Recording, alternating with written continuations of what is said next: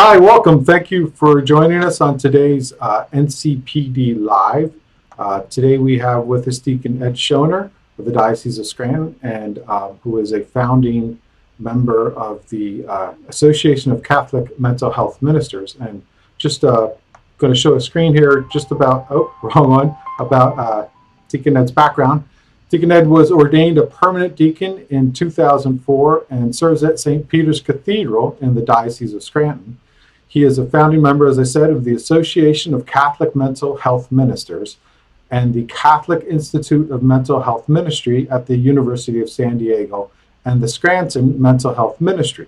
He serves on the board of the Council on Mental Illness of the National Catholic Partnership on Disability and on the board of Pathways to Promise.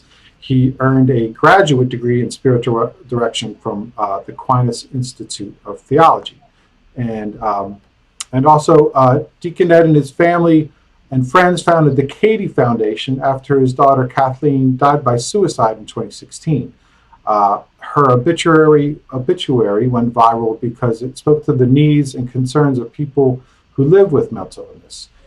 Deacon Ed lives with his family in Scranton, Pennsylvania. And Deacon Ed, we're just going to now show a quick video that explains some of your background and a little bit about the Katie Foundation before we begin to talk about the Association of Catholic Mental Health Ministers.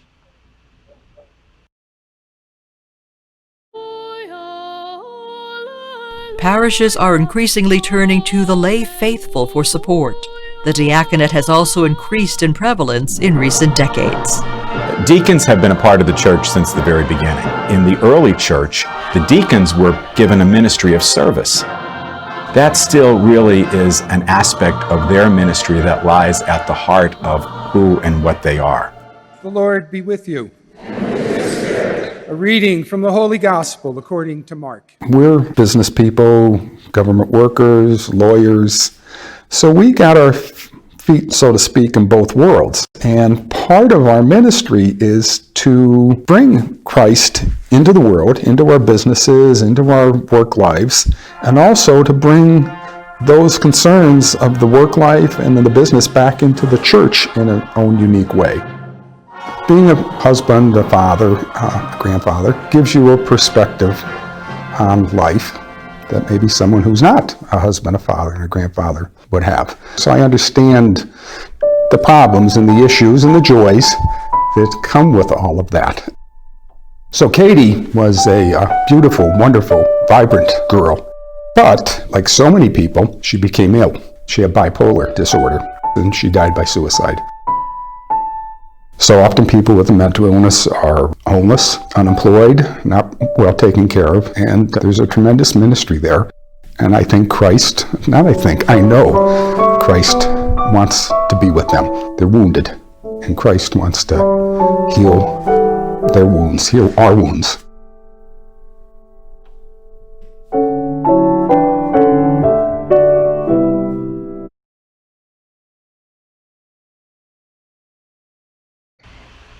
Okay.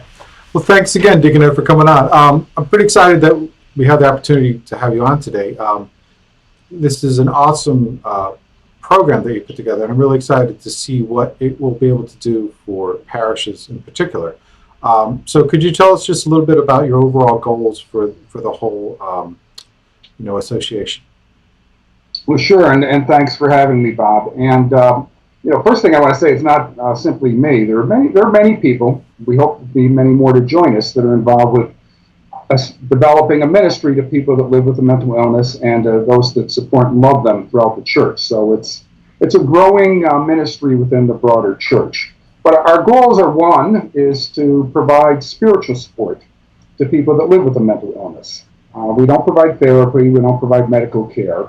We provide, like all ministers, provide spiritual support. You don't have to be a deacon or a member of the clergy. You can, a lay person, anybody can. We all minister to each other. So that's the main goal of it, is to provide that type of spiritual support, because all too often people with a mental illness, in ways that are hard to understand, feel excluded from the church. The second goal is to provide spiritual support to those people who love them and support them. Quite often it's their parents, but their spouses, their friends, other people that are in their lives, and they're trying to support them as they learn to live with these illnesses. Third, it's the clergy and the broader church itself to give them the tools that they need to support and develop this ministry. And then finally, it's to the wider church, to the broader church community, to be better educated, see the gifts and talents and the things that people that live with a mental illness can bring to the church. There's many gifts that come with struggling and living with these illnesses that can benefit the broader church. So those are the four main goals of the association. Great, thanks. I know a lot of your focus is on developing parish-based ministries, and it seems, if you could say this, that they're broken up in parish teams, ministry teams, and then chapters. But of course, the main work is done at the ministry team level. And so, could you just talk about how that is like the foundational kind of aspect? It seems. Yep. That's exactly right. The foundational aspect is to bring parish mental health ministry, and our biggest goal, into every parish within the church, because that's where all of us are most touched by the church, is in our parishes. So it's not to be some sort of abstract ministry out there someplace in the Catholic world. It's to be in the parishes where people can talk to each other and support each other.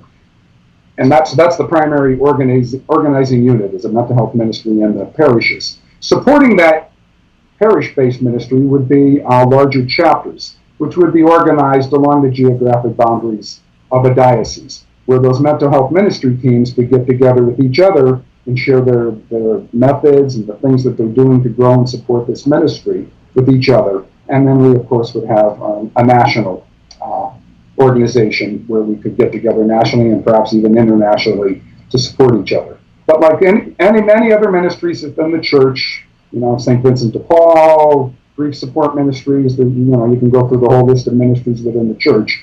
I think it's time for this type of ministry to be developed within the church, and I think the Holy Spirit is moving us in that direction, to be more open to supporting a mental health ministry. Great. Now, what would you say is the main activities or functions of the mental health ministry team, and how do they work in conjunction with the pastor or whatnot? Well, the first thing is, it's important that you mention the pastor. The first thing is, of course, that it needs the support of the pastor. It's not something that a group of people would just go off and do on their own. It's very important that it have the support of the pastor and be an approved and recognized ministry within the parish. But the pastor doesn't have to do it all. The pastor needs to be aware of it and supporting it, but the team itself would be made up of probably a small group of people within the parish, and they would be available when someone perhaps comes to the priest or someone in the parish to provide general support and information on mental health and what resources are in the community. One of the other things that quite a few mental health ministry teams do is provide spiritual support groups, where people who live with a mental illness can get together with each other and talk about the illness, how it's affecting their spiritual life, their relationship with God, and be able to just talk about this in a very open way that sadly all too often you can't openly talk about. Hopefully someday that'll change. But right now, people who live with these illnesses can openly talk about their schizophrenia, their bouts with depression within these support groups. And then also support groups for where the parents come in and the other caregivers. Because I know, as someone who was a parent of someone that lived with a mental illness, it's hard to talk about the illness with other people who don't understand. So when your child attempts suicide, or your child's hospitalized with a psychosis, it's very helpful to be able to talk to other people who have experienced the same thing, and so that they can provide you with the emotional and spiritual support that we all need when we're going through difficult times like this. Great. You talked about some of the awareness activities of the mental health ministry team. Do you want to talk a little bit like what resources might be out there right now for people who are considering like forming that team, just because they may be like, okay, we can do this, but what's there? Sure. Yeah, but that's one of the main functions or purposes of our webpage, the Association of Catholic Mental Health Ministry webpage. There's ministry resources and other resources on the menu tab. You can go down. One of the primary resources is we have been working with the University of San Diego, and we're affiliated with the university. We've also founded an educational unit called the Catholic Institute for Mental Health Ministry. And we've supported a number of dioceses as they establish their ministry. And we've and you can get this on the webpage, but a Catholic Mental Health Ministry guidebook, guidelines to start it up, what you need to do to get a ministry going. So it's spelled out in a nice, easy to read implementation manual, if you will. And then also on the webpage, we have different tools and aids, prayers. We have liturgical resources, to pray during the intercessions, maybe some guidelines for a pastor or a deacon who's preaching, homily tips on how to discuss this, different rites that can be employed during Mental Health Month or Suicide Prevention Month. There's all sorts of opportunities to bring this ministry into the liturgical life of the parish. And then finally, we have information on how to do education within the parish. For example, in Scranton, we had a series 4 weeks in a row, 2 hours in the evening, on what mental health is and how the church can support. And there's a deacon in Chicago, Tom Lambert, who's been involved with this for many years, if not decades now. And we have some of the resources that he has developed to provide this sort of education to the community. So yeah, go to our webpage, as they say. Yeah, I'm browsing as we speak. So I'm browsing the resources section as we speak.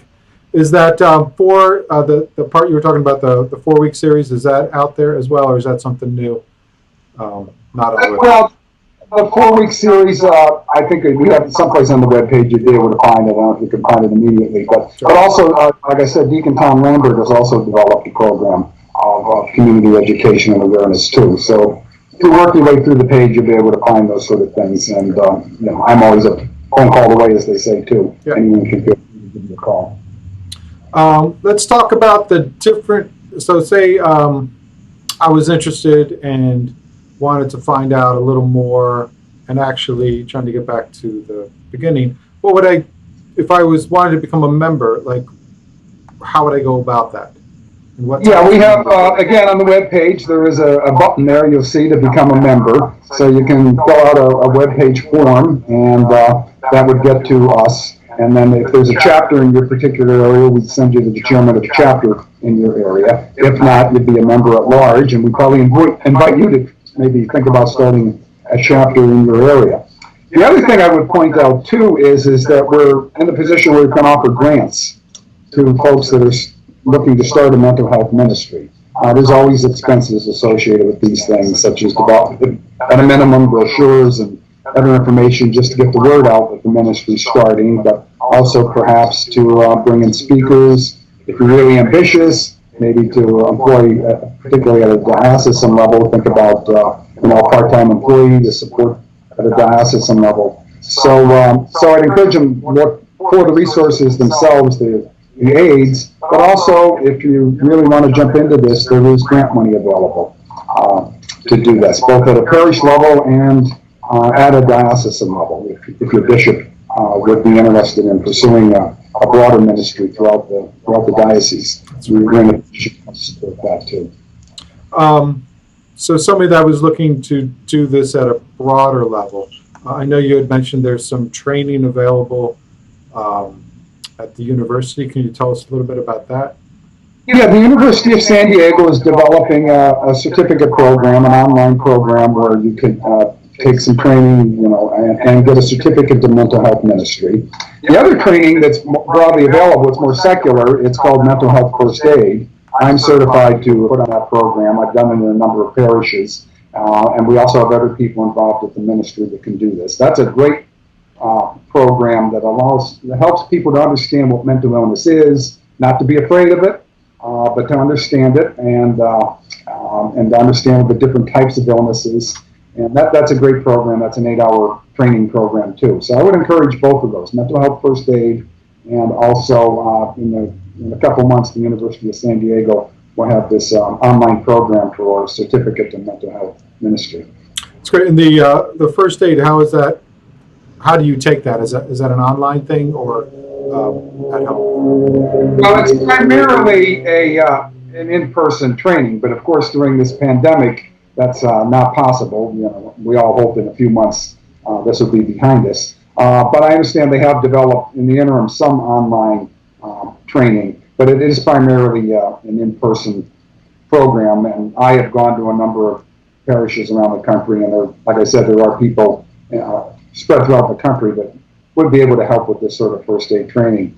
And even if someone wasn't available, it's the sort of thing that maybe a grant could help with if you weren't able to get someone like me who's willing to do it for free. You might be able to provide support to get someone to do it.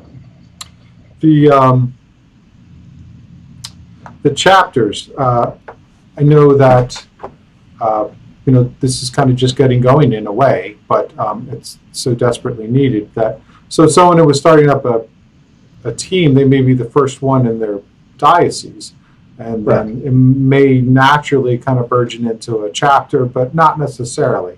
And but could you talk a little bit about the relationship of how big a chapter would be and its relationship to the diocese? Yeah, the chapter would be, as we're thinking right now, along the geographic boundaries of the diocese, but it wouldn't be a part of the diocese. Much like any other institute, like many other services do things similar to that. But it would be important that we have the support of the parish and the diocese, that the bishop be aware of it and has no objection to it. But we wouldn't be looking for funding from the diocese or anything along those lines. And again, it's simply a way to support each other within a diocese. So there's a couple of different mental health ministry teams within the diocese. It's a way to encourage them to be aware of each other, support each other, and maybe put on diocesan-wide training and education programs. It's a network of support, is what the association is. It's a way to support each other. Because I know when I started the ministry a couple years ago here in Scranton, it was hard to find support and to find other people who were in this ministry. I found a couple people around the country, but there weren't many of us at the time. And we need to be aware of each other, and we need to be able to support each other. That's important, no matter what you're doing. So now, yeah, there's now we all know of NAMI support groups. What would you say, which is where a lot of people go now, but what would you say is the main difference that you're looking at developing and having for people versus a NAMI support group? And, how are they similar? How would they be different? Well, we are openly Catholic. We start with prayers. We ask Mary to be present to us during the time that we're together, and then we openly share about how Christ is with us in these trials and struggles and joys. There's not everything's bad. There's successes and there's things that go well too. But I would say our focus is spiritual and in particular Catholic. Now, anyone's welcome to come, and we have had people at our support group meetings that were not Catholic or maybe even no religion at all. But we are unabashedly Catholic in our approach. And then we always close with a prayer, and we encourage open discussion about God and person's spiritual life. Because sometimes when you're struggling with depression or hearing voices with schizophrenia, you need to be reassured that God's with you in the midst of all this. And you need to be assured that people who are experiencing this understand it, and that they can share their faith experiences. So it's a bit of a faith-sharing group also, besides NAMI, as you know, is a secular group and doesn't encourage this type of discussion. I don't think they shut it down if someone starts to talk about spiritual matters, but it's not the focus, whereas the focus of our ministry is spiritual support. I just want to let everyone know that we will have a time for questions. If anyone has any questions or comments they would like to ask or share, they can just put them in the comment field of the Facebook. And Deacon Ed, what do you see as far as, just spinning it out, 5 years or so? What would you see as far as like a national presence or a national coordination of the chapters? What might that look like, or what might you hope that could look like? Well, as you said, we're just getting started in this. We started the association in 2019. I and a couple other folks from around the country of a founding board. The other thing I do want to mention is that Auxiliary Bishop John Dolan from San Diego is our chaplain. He and his family have lived with mental illness. He lost 2 siblings to suicide, and so he understands the importance of spiritual support. So he's been very supportive. Nationally, the idea would be working with the University of San Diego, provide training across the country. It would be good, and I certainly anticipate at some point that we would have a national gathering of ministers from around the country. We would also want to provide information to the United States Conference of Bishops. We work with groups such as the NCPD to get information out. So it's a large part of it is also breaking down the stigma and even the discrimination that people who live with mental illness can find within the church. The church is not immune from people within the church are not immune from exhibiting that kind of behavior, and we want to gently push that out of the church so that stigma and discrimination against people who live with mental illness is no longer there. Sounds great. Well, it does not look like we have any questions right now. We did get a shout out from Mary Lynn Delfino from Scranton, just to say hi. Oh. Is there any final thoughts or anything maybe that we hadn't covered that maybe you want to speak to, or do you run anything like this in Scranton with the small groups or anything like that? And how does that? We do. We have a small group meeting in Scranton on the second, fourth Saturday of the month, and then once a month we meet with the parents. The other thing I think to maybe discuss a little bit is that there have been saints in the church who have who understand mental illness. Some that have more than likely lived with a mental illness, and most recently, St. John Paul II spoke about mental illness during his time as Pope, during his pontificate. And he was very impressive in what he says, as he was in so many things. But one of the things he said is that Christ took all human suffering on himself, even mental illness. Pope John Paul II said Christ took mental illness on himself when he went to the cross. He took mental illness to the cross with him. So whoever suffers with mental illness always bears the image and likeness of God. I think that's an important image. I mean, one of the images that Mother Teresa often talked about was Christ's crown of thorns as being symbolic of mental illness. That the crown of thorns caused pain and suffering, but did not define Christ, and it certainly did not define the resurrection. So Christ can overcome all of these things. Even mental illness is redeemed by Christ, and I think it's a good way to